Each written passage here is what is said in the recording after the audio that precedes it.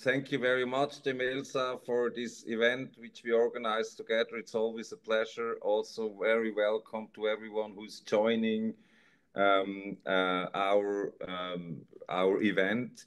We will have an event which lasts altogether 60 minutes. Pretty hard stop at the end because various of us have other commitments.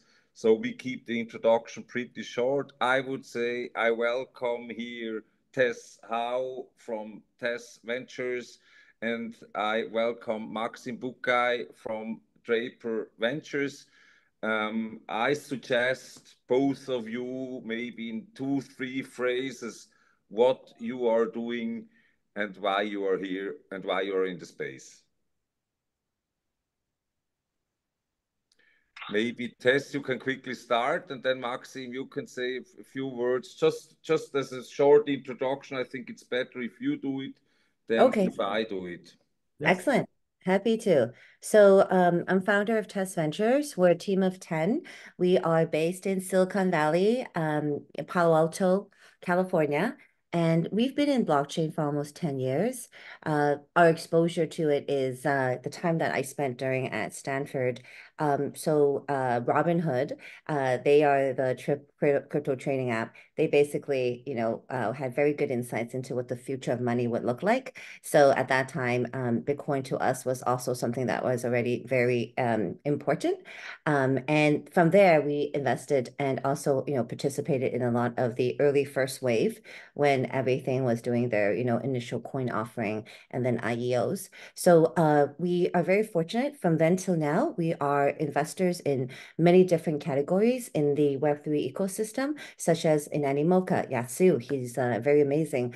We've known him since very early. We're investor in Saga XYZ, which recently they listed on Binance.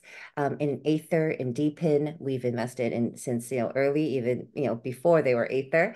And then in a lot of Web3 AI companies, just as Minimi.ai, Me Protocol, that's the future of Web3, and DeFi as well. And of course, a lot of Aptos, Monad, Zero Gravity, a lot of different categories, because we think the whole ecosystem is something that we actively, as founders, investing in founders, want to participate in, because then we can cross-pollinate our portfolio to help each other, partner, or build on top of each other. So that's one of our strategy.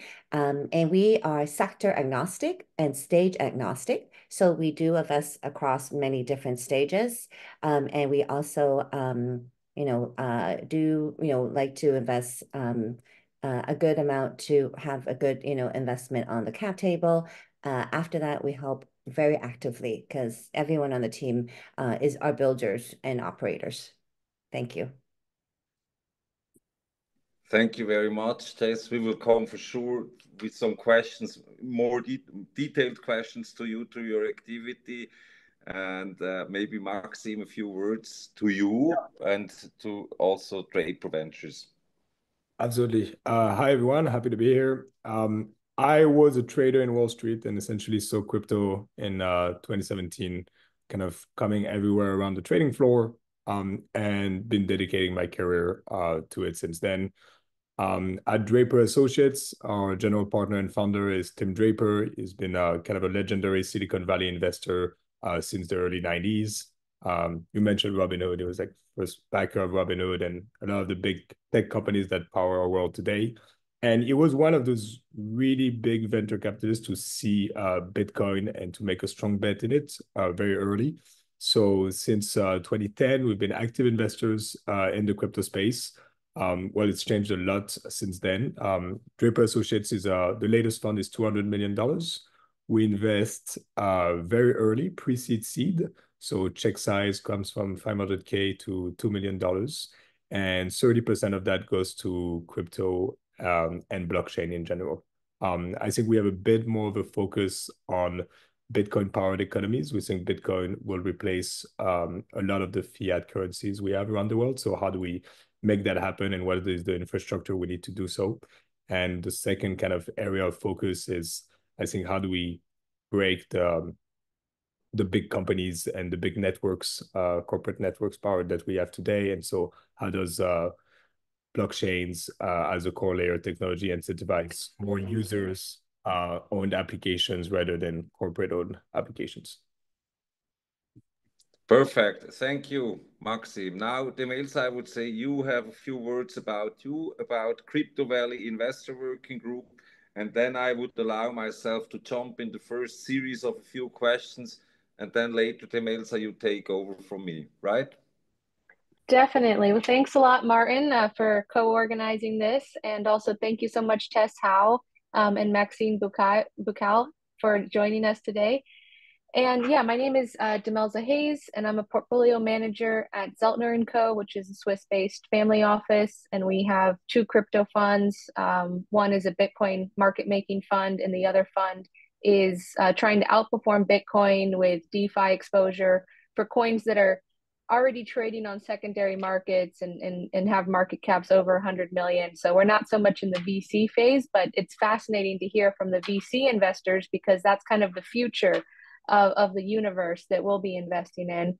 And yes, I wanted to say I met Tess Howe at the Crypto Valley Association conference about a month ago.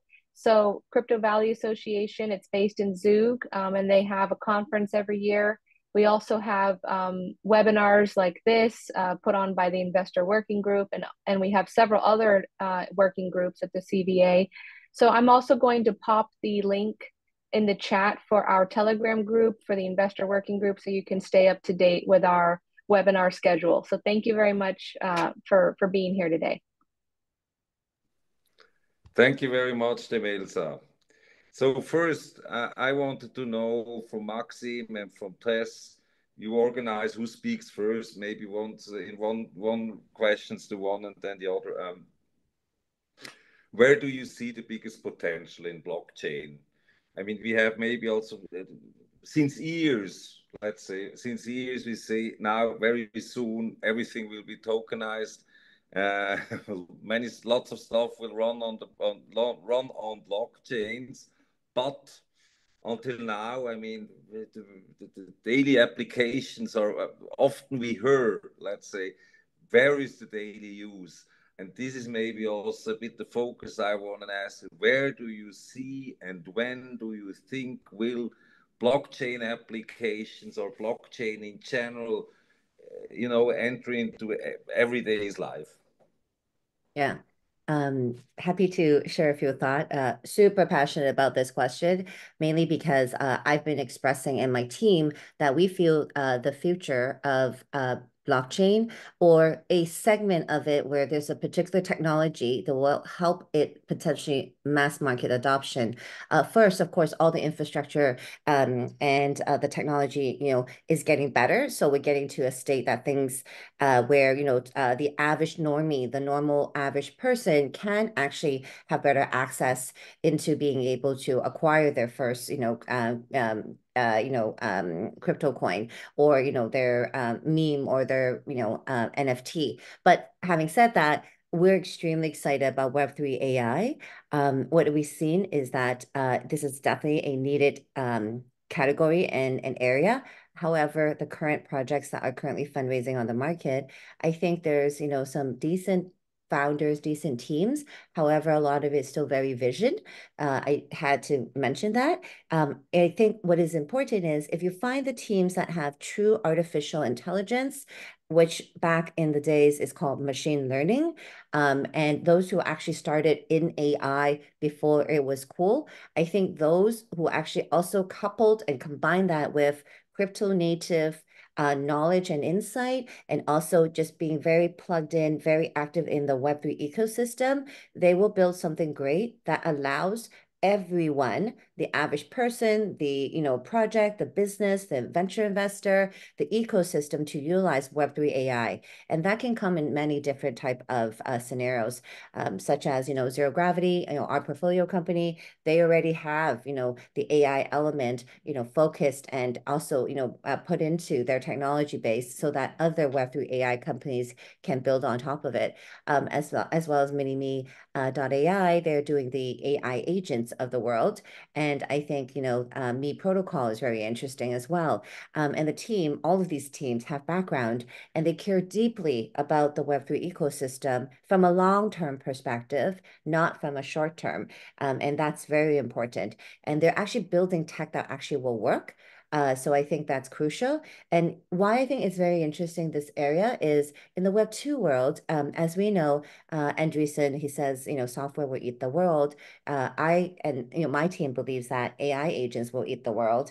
And, this will also happen in Web3. So, with this generative AI agent assistant, it will be able to help all of us progress, further and more efficient, as business owners, as entrepreneurs, and even as users. So that's why I think, with all the different projects right now, as you see at ETH Berlin, I would say there was at least 500, events.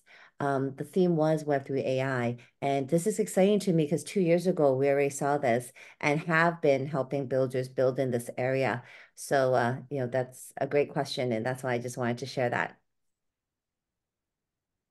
Nice. Yeah, I agree. I think AI is I think we see like continuous improvement in infrastructure, and I think there's a couple of new trends arising that are really interesting. I think the question, when is crypto going to be here and blockchain going to be here? Well, if you look at from purely the fintech aspect, like crypto is already here. It's in all the major fintech applications from Revolut to Robinhood. There's billions of trading volume every day, and there's robust infrastructure in that sense from the financial sector.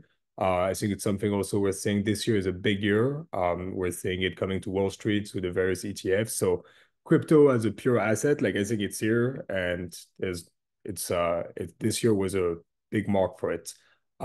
Where we like to see things moving is first on the Bitcoin. I think it's a very interesting year for Bitcoin. Bitcoin has been around for 15 years, and this year has been the first year that we're starting to see some developments on the Bitcoin blockchain and some programmability similar to what you can see in smart contract blockchains. And that I think has a tremendous potential to really push Bitcoin in everybody's hands. I think like when we saw countries like El Salvador starting to make it as legal tender, we're of the view that there's going to be an effect that Bitcoin is going to be accepted as legal tender or as a currency in most countries in the world. So that's, I think, is really starting to accelerate right now. And it's really, really interesting. And we're focusing that closely on that. Then the question is, when is everybody going to use an app powered by Web3? I think we don't really control it as investors, like really users control it. Like networks go only as fast as their users want.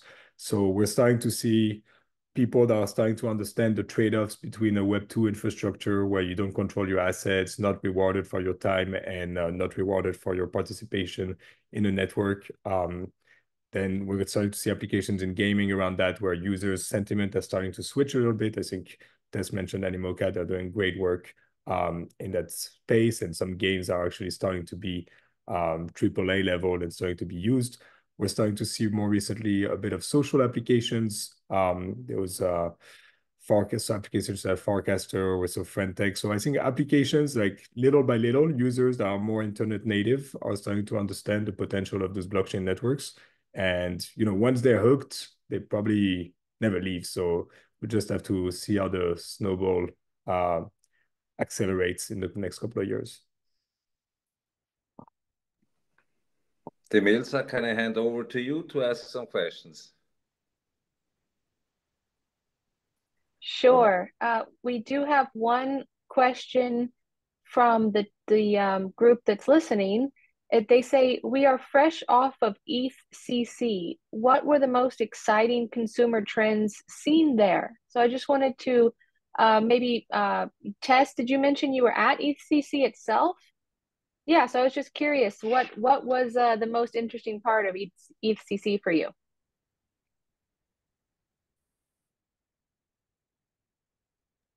Oops, you're muted.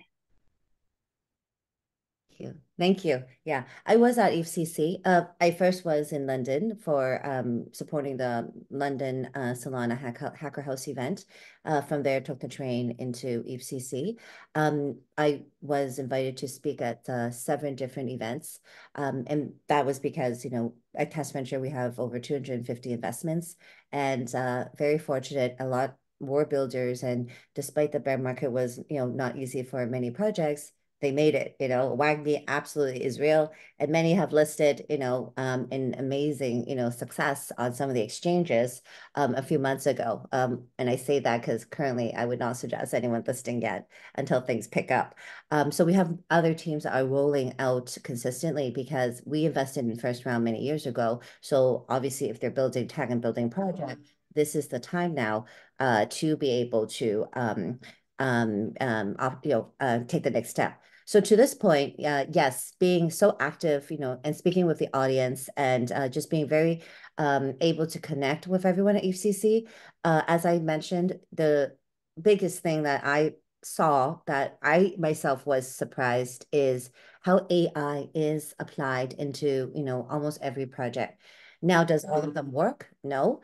But it has been very exciting to see the different ways of how technologists are applying it and how the sentiment of the market is going to accept it. Obviously, DeepIn, computing, all of that is also very important because each of this needs each other in order to work in Web3 AI.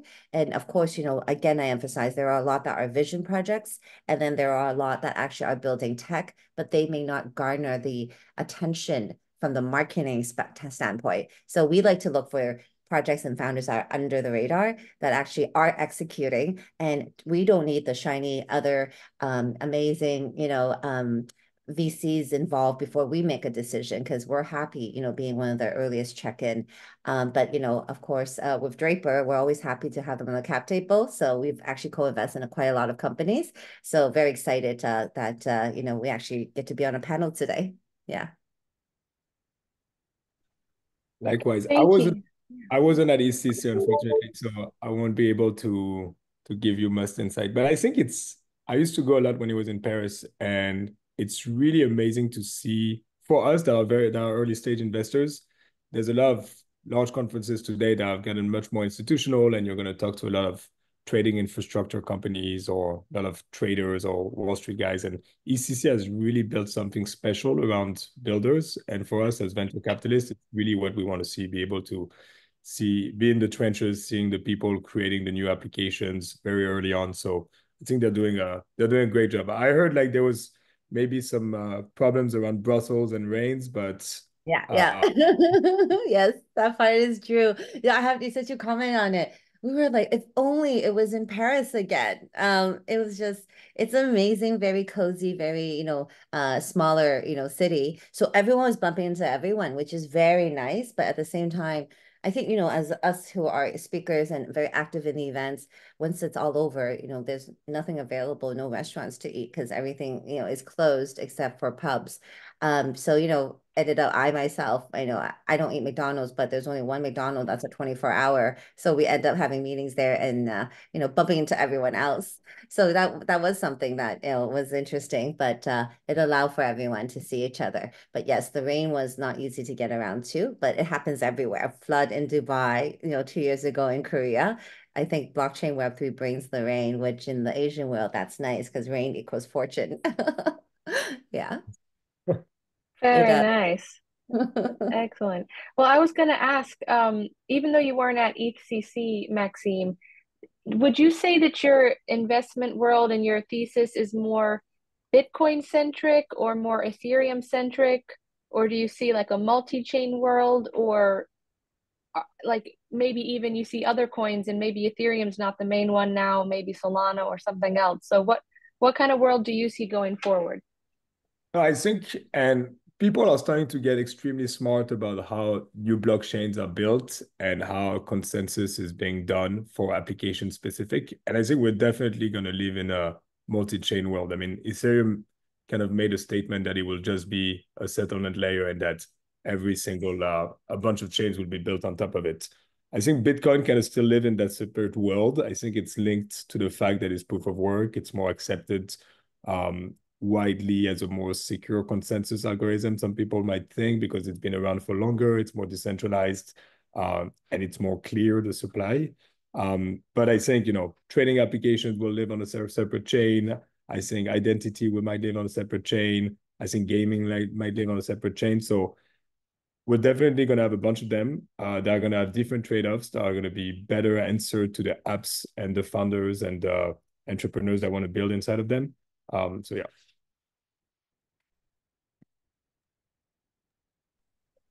Tess, maybe I can give that question to you. Are you also of the same view that it'll be a multi-chain world, or are you more Bitcoin focused, or how does your investment outlook look?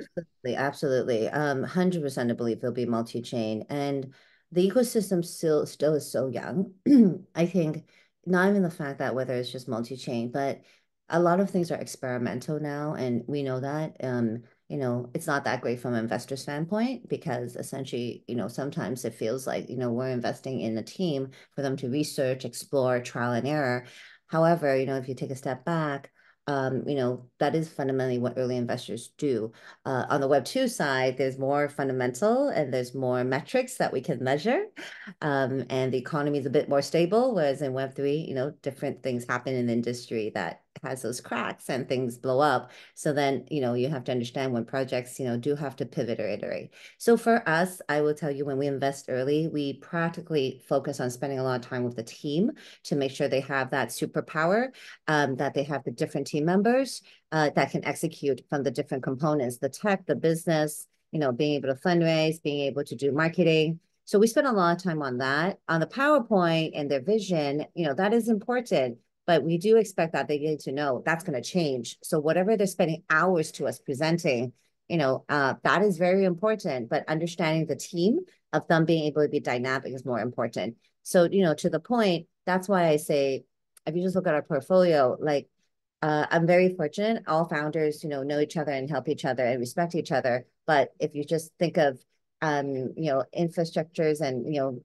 layer ones and, layer twos, or especially layer ones as countries, every cycle, there's a different country started, and then you want the citizens to go there and live there. But if that country has not established a really good concrete, I would say, foothold, the next cycle comes, then another country is established, and those community members may leave. So in that sense, we do believe in diversifying and backing founders that, understand the newer sentiment of the market, because they can. Someone who has already started a company from, the old market cycle, is very different from the new. So if you just look at, our investment across the board, we love backing all these founders early. Some of them, we knew them way before they started companies. So if you just look at Aptos, Monon, Zero Gravity, they're all, from different times and doing different things. Combined with how we believe Web3 AI and Deepin, that's very different. Because when I invested in, my founders, such as Mini-Me, Me Protocol, they're evaluating which, ecosystem, which chain to build on top of.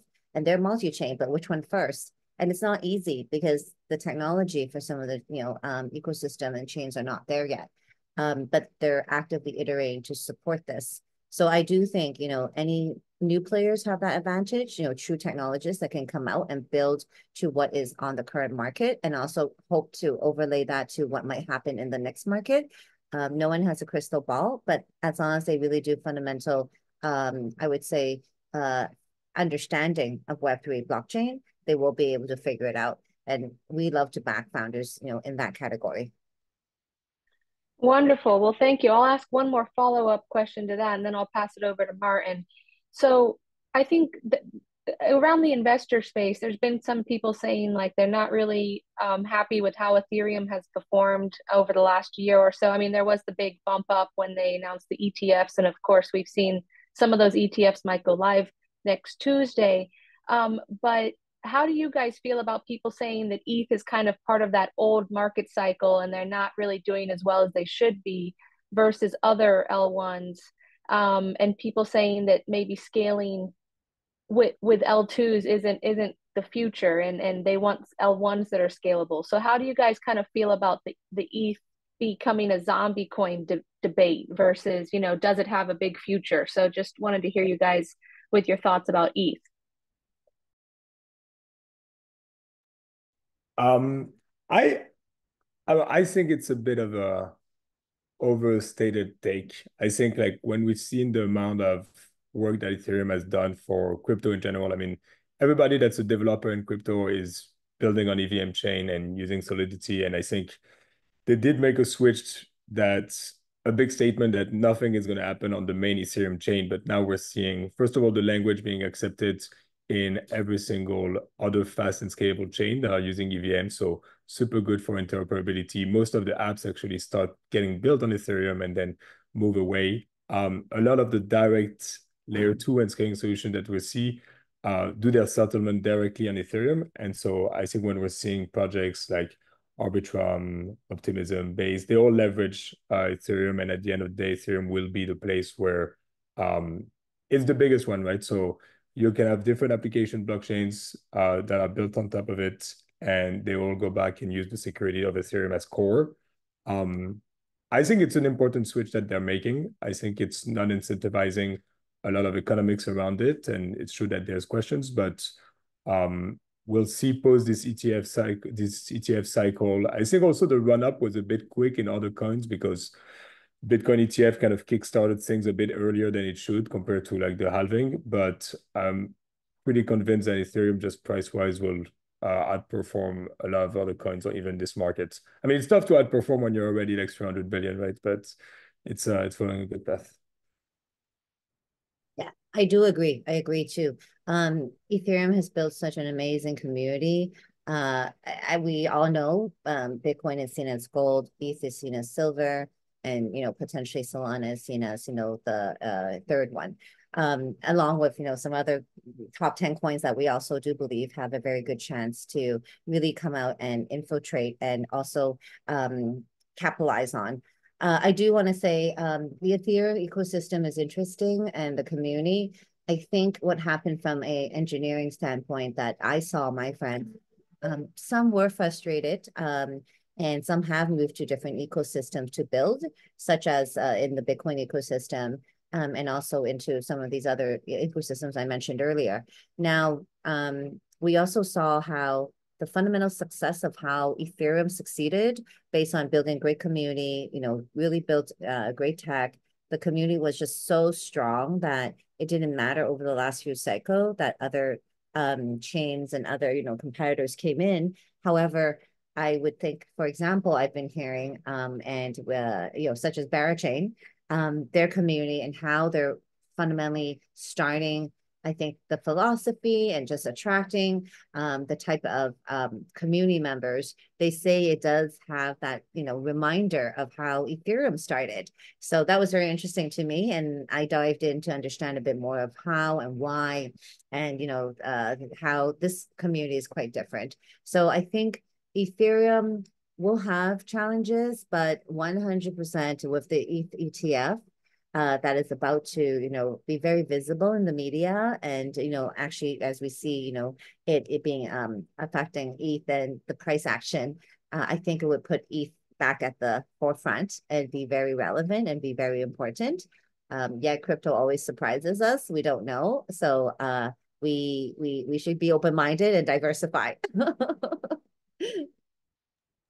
Thank you very much. Now I wanted to address a few other questions, especially, I mean, you're both based in the US, and regulation was always a big topic for crypto, for coins, for investment into the space, regulatory uncertainty. I think now, anyway, 2024 being a presidential election year. So maybe, and Tess, just maybe you start with this, because before you mentioned this, you have these teams, and you have this also this vision, or you check with the regulatory framework. Maybe how do you see what is needed now in the US and maybe also abroad, and where do you see developments where you think that these are places which attract good projects due to regulatory clarity? Yeah, we think about a lot. So that's a great question. Because we invest globally, but of course our home base is US, and we do see a lot, and we have backed a lot of US projects. So how we see it is over the different cycles. We all know, in Web3, because regulation is not clear yet, and I do think regulation is needed. Once it's clear, that will allow a lot of normies, mass adoption, just the mass market to feel safe to come in and participate. So we do look forward to that. But I think it needs to be gradual. How the last 2 years, how that happened with the SEC was constantly just, looking into different projects, more probably from a learning perspective. You saw what they did with Uniswap and, all the others. But they made a lot of noise in a negative way. So that may not be the right way to do it. But I do think being able to, be in touch with the community and really understand and talk to the leaders will help regulatory be able to come up with something that makes sense and favorable to all sides. Having said that, I can tell you the changes that we've seen in every cycle. That's how come sometimes, obviously we have access, to great lawyers, our own team, Douglas Park, he's an amazing lawyer that's been early in crypto and blockchain and understand US regulation and global, and other lawyers that we've used help navigate this. So in the first cycle, we saw obviously everyone loved Hong Kong and all these other different places. And then, the new laws from China, everyone went to Singapore. And, I would say, some Dubai, some, into Abu Dhabi. And then we think that we see them moving around because a country, a city is only as good as what the citizens and the legislation support. So in the last 2 years, I've been speaking at, the Hong Kong Web3 events, because the Hong Kong government has been very supportive. They always have invited me to go and speak because they feel they really also want someone from Silicon Valley that invest in Web2 and Web3 that can see for their own eyes that Hong Kong really is starting to really be very friendly to Web3. So we do see the switch of those who were in Singapore slowly moving back to Hong Kong and setting up their office and their, companies there. Having said that, as we know, there's this, the traditional, BVI's, Caymans, Panama, that also has been very popular. We do think the key thing is, each company needs to know what is best for them and what is the current, I would say, countries of choice that can have the better regulations that fit their needs. And as investors, we try our best to, advise them to speak to the right people so that then they can make their decision. So it's very important regulation. We ourselves saw a lot of DeFi companies that were US based in in the last few years that were bear. They really looked at Dubai, London, and looked at Abu Dhabi to really understand what regulatory environment would be more favorable for them, or at least not as harsh, right? Sometimes some founders are not even optimizing for what is favorable. They want to be compliant, but they also make sure, they won't be put into, risk of, trying to be compliant when regulation actually is not clear in that particular country. Mm-hmm. Maybe Maxime, you will also say something about this. I mean, what I would be wondering also here. I mean, you've been at Crypto Valley conference in Zug in June, and I mean, we have quite many, or let's say Switzerland was in the last few years also seen. We were pretty early adopters in Switzerland regarding our regulatory framework to create clarity already a few years ago. Maybe also if you have a do you have projects in Switzerland? Did you see, you mentioned how many other countries, but well, I have a lot of companies incorporating in Switzerland, and I think it's amazing what Switzerland has been able to do, because the big problem in the US is the lack of clarity. So, they've been playing catch up for a very long time. I launched one of the first DeFi protocol. We had the SEC knocking on the door every day. They had no idea what to do, what to say. Then I launched a token for a publicly traded company, same story. And just people want to innovate, people want to do things, and we have no idea under what framework to do. So now we advise all our companies to actually don't incorporate in the US. And I think what Switzerland has done and create that clarity. I mean, I've been to Zug. I don't know what business is there normally, but it's amazing to see that you get so many crypto entrepreneurs come there, understand the legal framework, know how to incorporate the business, know how to, so it's really bringing a lot of value. I think Europe is like now moving a bit further with MiCA, which will be a very decent framework. Asia has been doing back and forth a bit forever. I think now, as Tess mentioned, there's more clarity around Hong Kong, but we have the elections coming, so people in the crypto world are watching that pretty closely. Yeah, and honestly, we had I think the big problem is the chair of the SEC was the worst chair of the SEC we could have had for crypto environment. So we really need someone to replace Gary Gensler for that role. And I'm going to be in Nashville next week. There's Trump coming at the conference. Keep us posted. We got to do another panel about it because I'm not. I was invited, but I mean, to be clear, also we are actively looking in the Bitcoin ecosystem too, and a lot of the companies and projects already had the run up by the time that we did spend some time understanding. So we're always interested in learning more in that area. But to also Maxime's point. Switzerland Zug is just wonderful.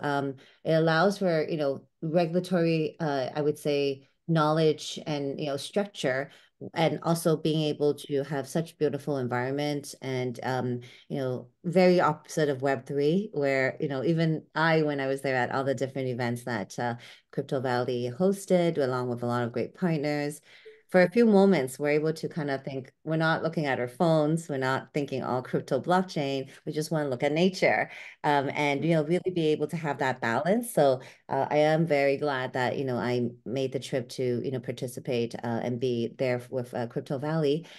So I do think Switzerland and Europe is very interesting. Some people may think initially it seems very, too regulated or structured, but that's exactly what we need. So there's no ambiguity and nothing that seems, in the gray area as much as some of the other countries. So, very excited to also, share more with founders so that they can consider Switzerland. Thank you very much. No, that's interesting. Thank you for your insight here.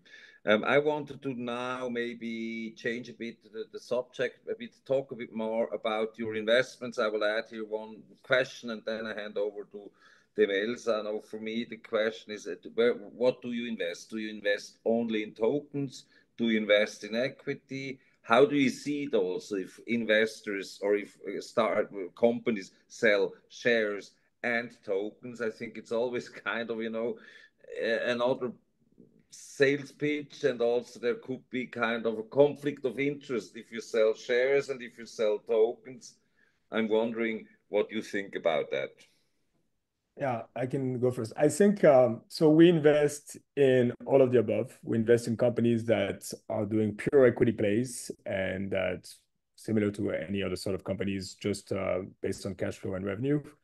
We invest in companies that have equity and also have an adjacent token. We invest in companies that we know the token will be the main value driver for return on investment. Some of them is hybrid, and we also invest directly on tokens in the open market. I think where you have to be kind of careful and look at your investment when you're in the situation where there's both equity and token is when we invest in a 10-year vision. So where is most of the value accrual going to come?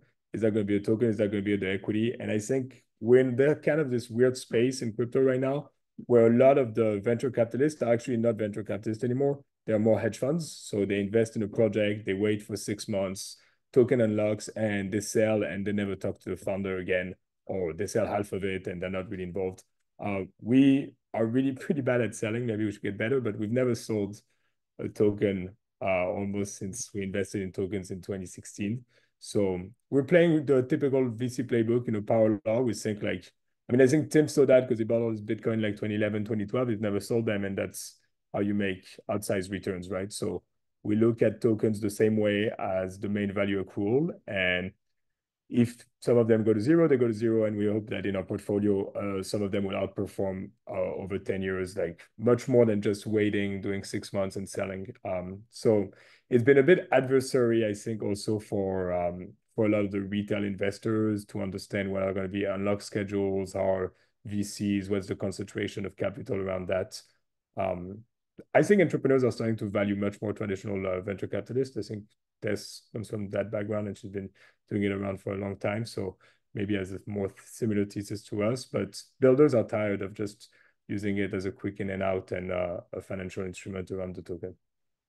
I absolutely agree with everything Maxime says. Maxine and Draper, we do have very similar philosophy. It is probably because we all backed Web2 early stage companies, and we see it typically takes 5 to 7 years. It takes investors to be very active with the founders, and really, guiding them in the best possible way. And we started off like that in Web3, and clearly, we've learned that Web3 playbook is not like that. So we ourselves have made a lot of mistakes from a Web3 investor standpoint.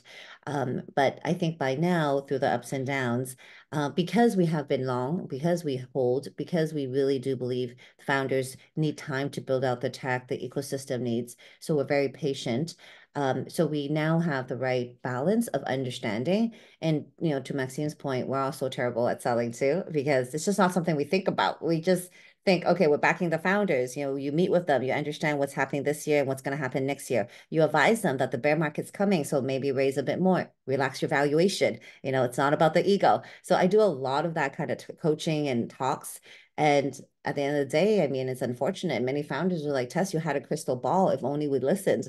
And, it is still the advice we give as investor is the founder's choice to make the decision. We're there to support them based on knowledge, experience of what we've experienced, what we see.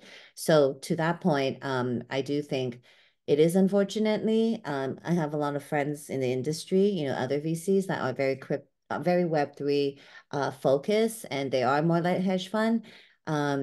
And it has gotten to a state where sometimes if I see them on the cap table, I already know the outcome of this project. So sometimes I do avoid. And to the point of at Test Venture, we don't go out there to, spend a lot to sponsor or make a big name. We just believe your reputation will, be able to spread itself if you've done, if the team of the company has done good work with the founders. So I would say, very fortunate.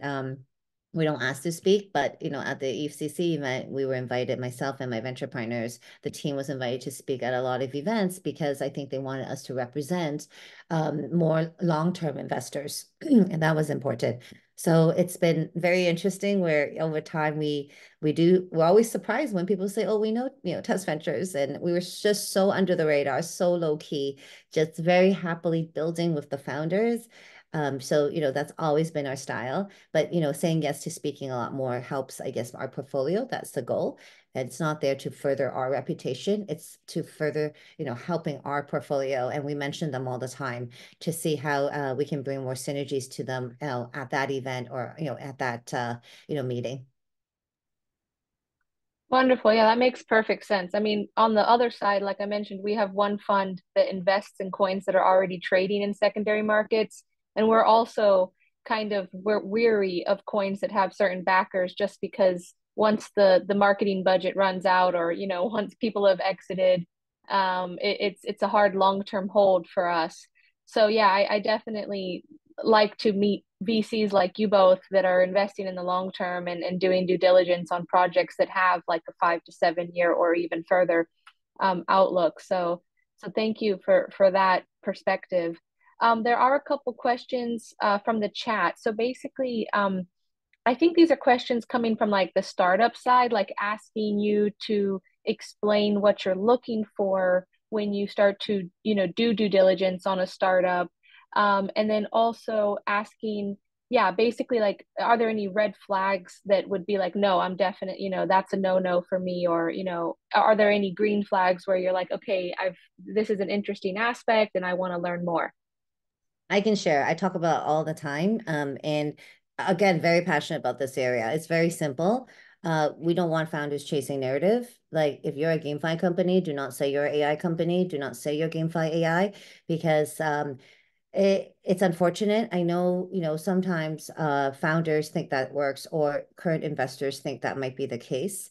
Some of it is true, some of it is not. What's true is, yes, that is what the sentiment wants, but you still need to build in what your team is good at and not just be thinking, like that's why I said this week, the past week at EFCC 500 event, I looked at the events and I definitely got goosebumps. I was like, everything is Web3 AI.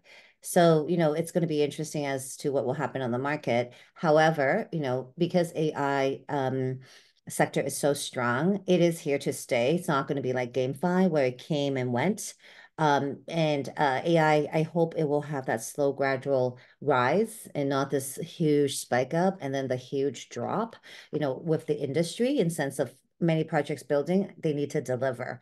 I hope the exchanges that will support their listing will also, understand we want Web3 to have a long-term, actual sustainability. Like everyone needs to cooperate in the ecosystem and not about just one group making the most. So I do a lot of that kind of discussion behind the scenes with different leaders in different areas. And because we don't just actively we also spend my time besides focusing on founders, also on, the other ecosystem players and just giving them insights. And they love hearing what we have seen and, taking it into consideration. But then at the end of the day, they will do what they want to do. And that's where we realize, in Web3, it is it's everything's 50-50. You just can't think what they say is exactly what's going to happen or what they say is not going to happen. So everyone just needs to really be doing their own diligence and surround yourself with as many, smart, hardworking people in the industry, and information will come to you. Now, the second point is another red flag is valuation. So what I've seen is, over the rise of the last few cycle, especially last cycle, where founders have raised their first round easily, because that was the time when the market was very frothy because obviously of FTX, because of all these, where was the yield coming from, right? And the yield, obviously, if you don't know where it's coming from, you're the yield. So, it was just very interesting times where founders let that get to their head and they were raising their second round at these hundreds of million evaluation. And I just kept trying to explain to them. I actively would call, my team would, and we have meetings with them. You cannot, raise at such a valuation. I understand that the project next door did it, that did it, and so therefore you want to. But when the market, takes a turn, you're going to have a down round or a flat round. And because they don't understand actually from the Web2 valuation side of how, funding is structured and, KPIs and metrics, they never experience what flat round and down rounds are. So it was just an extremely frustrating time, even within my own portfolio. But, my portfolio, they have plan A, plan B, plan C. So, they were able to be very vigilant and they could have, had a more amazing treasury that could have made things a little bit less stressful or scary for them. But, they were able to pick up quite fast and, do what they needed to do. And again, that's why I emphasize that, with the right advisors and strategic investors involved that actually care about the founders, care about the company, they are listing one by one. Whereas other investors would have just, I know what other investors did because founders did come to me and said, well, thank you, Tess, for, encouraging us, that Tess Venture to raise from a position of strength, not from a position of weakness. Because other investors on the cap table was telling them, now it's so bare, we don't know what the future looks like. We can invest, but you're going to have to give us the most lowest valuation possible. Whereas the teams already had great technology. And, they would come to us and we would give them our advice. We clearly don't think that is needed, even though, we don't want the project to go away. We still want them building, but we encourage them, with strategies, coming from a more, from a strength side and from positive side. And again, we all made it, and they're listing one by one. So, just very happy to be part of that journey with them. So the valuation was a big red flag. So they really need to raise to not what the market wants, but what they really think they can handle and what they can execute. And it just depends on how many rounds they plan to raise and what time period. So it's just very fascinating how, when we meet all the different founders in this area. Now, the third one is, another yellow flag, red flag is if the team is not in place, if you just have a business founder or a business set of founders, where's the technologist, right? And yes, they can hire them or outsource it, which is even, not as good, right? But that happens. So you need to really make sure that the core team has, the CTO that is going to lead the tech, the business founder, those two are needed. And ideally a third one that can also, kind of run operations and, everything else. And the bonus if they can find a CMO, because that is also one of the most, like the way in Web2, finding CTOs are hard, in Web3, finding the right experienced CMO is hard. And, many may have some track record, but they may not, actually, how do I say it? be as I guess what I'm trying to say is the existing CMOs on the market, if you can find the right one that actually, can guide the team to some good playbooks, you're very lucky. And you should definitely try to, bring them on board. Because unfortunately, there's not that many great CMOs with experience in Web3 and seen the cycles and understand the cycle and not there just to, maximize profits for themselves. That's all I have to say for now. But hopefully everyone can read between the lines and know that this is the type of discussion we have with our founders behind closed doors, whenever we're having meetings. Yeah, I would say just to add a bit on what we're looking for. I think we're always looking for something new. I think in crypto, like the same way that we talk about why adoption is not here, imagine throughout the 6 years, there's new chain, new infrastructure, and a lot of kind of copycats and things that are very similar. So we try to stay away from those. I think like what we're really looking for in founders is, find something where you found a big frustration in the industry you're on, and you really want to change it, because we want to find committed founders that are onto a 10-year mission. So we want to be aligned with the founder and have that vision. And I think a founder should think like an investor. He should always be thinking more 3 years ahead rather than taking the quick, hot, shiny trend that's going on right now. So it's very tough. For example, we invest a lot in Bitcoin, and it's been very easy to do over the past 3 years because there was not that much noise around it. So we're very committed founders with a true line of sight, and now we're seeing a lot of noise coming. And so it makes our job very much more complicated because we have to sort out through the noise. I think in crypto, other sort of red flag I could think about is, just to add a bit on to Tess, is there's many ways to raise money in crypto. You can see founders that are a bit more looking for a quick cash grab. I think, there's many ways that you can sell your tokens early, get on an exchange too early, not have a clear strategy of like maximizing your app, your network, or your overall ecosystem, and just try to grab too much cash too early. So that's kind of a red flag on our list. Yeah.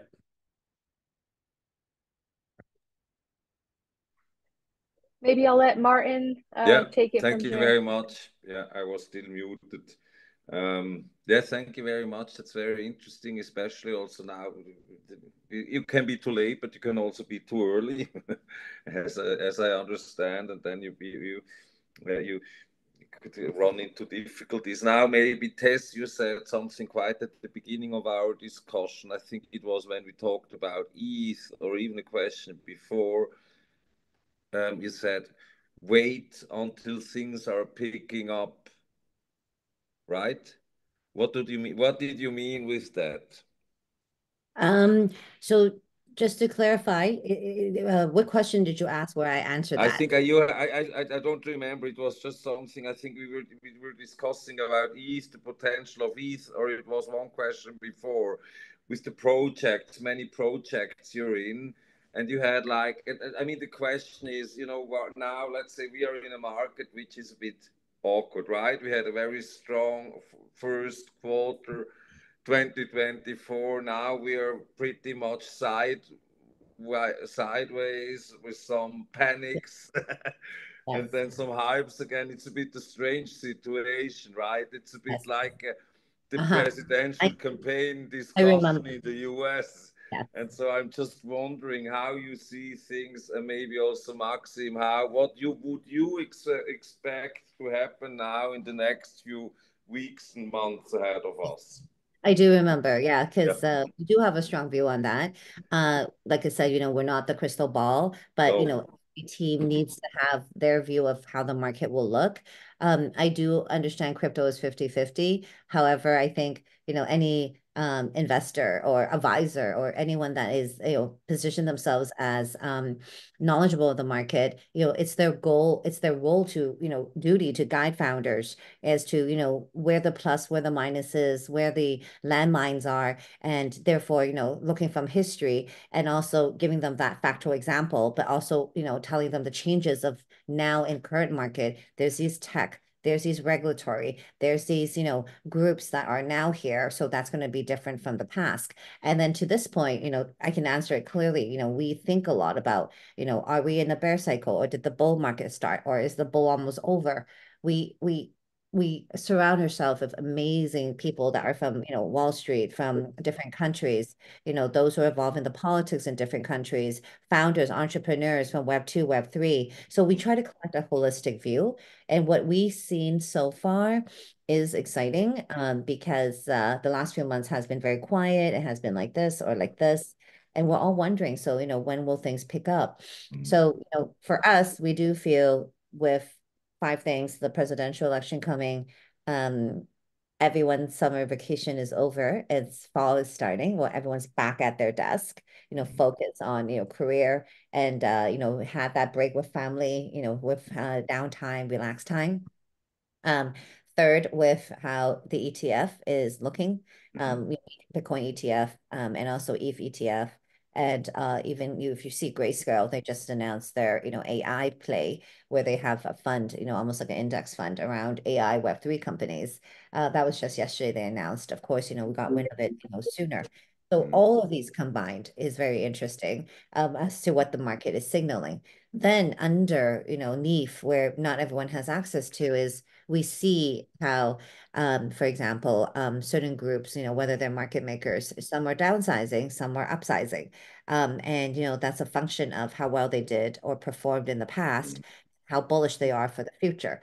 So when we see more hiring in certain areas and more investment in certain areas, we know those certain areas, it has a better chance and things are picking up, such as Web3 AI, such as, we do believe the market is picking up. And that's why so many people's getting ready with, bringing on the best people onto their team. Because once things get busy in Web3, that bull market, can last very short, right? It could just be 6 months or 9 months. But if at that time you're trying to hire or trying to list your company, it's not possible. Yeah. Now maybe Maxime, I know you have a hard stop also to go. Do you also want to? Do you have time to give us your thoughts for 1-2 minutes? What about where are we in the cycle right now? What would be the catalysts? Yeah, where we are in the cycle right now. Yeah, I think all the main drivers, Tess mentioned them, like they're pretty known in the industry. I think really AI kind of saved crypto. We didn't talk. I know there was a question around, proof of work versus proof of stake. We went from this world that was computing is bad, it's bad for the environment, Bitcoin mining is terrible, to a world where Nvidia is the largest company in the world, everybody's racing for compute. And crypto is really at its essence, like what secures the network, what provides consensus is all this intense computing. And I think this trend in AI that we're going to see and compute data is going to be more and more at the center of the discussion. So I think we're going to see a bit of an uncorrelated cycle that might last for longer, because I think this AI trend, we're just starting to see really the impacts of it. Bitcoin with the ETF, I think Bitcoin tends to lead bull markets. And I mean, we heard Larry Fink talk recently. We see guys as Michael Saylor, like people buy Bitcoin, they never sell it. And more companies are starting to put it on their balance sheet. Liquidity is a bit drying up. So I could see, I mean, people were talking about super cycle last time. This one might be a little bit less of a super cycle. I think liquidity is starting to dry up and people will get surprised where prices will get. I think we could see Tim is like pretty vocal about Bitcoin going to 250K. So fingers crossed. But yeah, I mean, Yeah, I mean, just to add on, we look at that and try to calculate and predict, but nothing's certain. But we do think Bitcoin will hit maybe around the 150 mark on the low end, over the end of the cycle. At the top end, that's where all these catalysts that no one can predict might happen and come in, and it would just swirl up. The top end, it literally could be 400,000. But at the end of the day, you just need different things to happen in the ecosystem. And anyone who's investing, obviously, it's not financial advice, what we just mentioned, but it's simply, how we think, what's going to happen. Because you're going to see people selling at 90K, 100K already. Those are more, risk averse and conservative, and for whatever reason, personal reasons, or, their company. But then you're going to see those who hold for a while and more people coming in. So no one can really predict, because that low range and top range is very, very, a big difference. Yeah. Perfect. So thank you very much, Tess, Maxime. It was great to have you here. I think we could have discussed for hours and hours and hours. It's very interesting, and I hope very much that we can stay in touch and that we can pick up our discussion at another occasion. thank you very much also, Demelza, for organizing this and for making this happen. And I wish you all a great summer. And I wish that the markets go in the right direction for us all, and that we can build interesting stuff together, and that we make this place a better place. Thank you very much. Can we take a picture as well? Does everyone have 1 second? Is Yeah, someone able to take a screenshot of absolutely. the picture and send it out? Yeah. Excuse Sure, me, what do you want to say? maybe Yes. Saskia. You can take Saskia can take the picture. Maybe a screenshot. Let me see. How Yeah. do If not, I can Do do you- it. Yeah, Yeah, should do I? it. Oh, maybe, yeah. Okay, yeah. Yeah. I just gonna mute it and then try. So everyone smile. 1, 2. Yes. Thank you. I'll send it out. everyone. Thanks. Thank you. All right. Bye bye. Thank you. Bye-bye. Have a good Bye-bye. night. Ciao.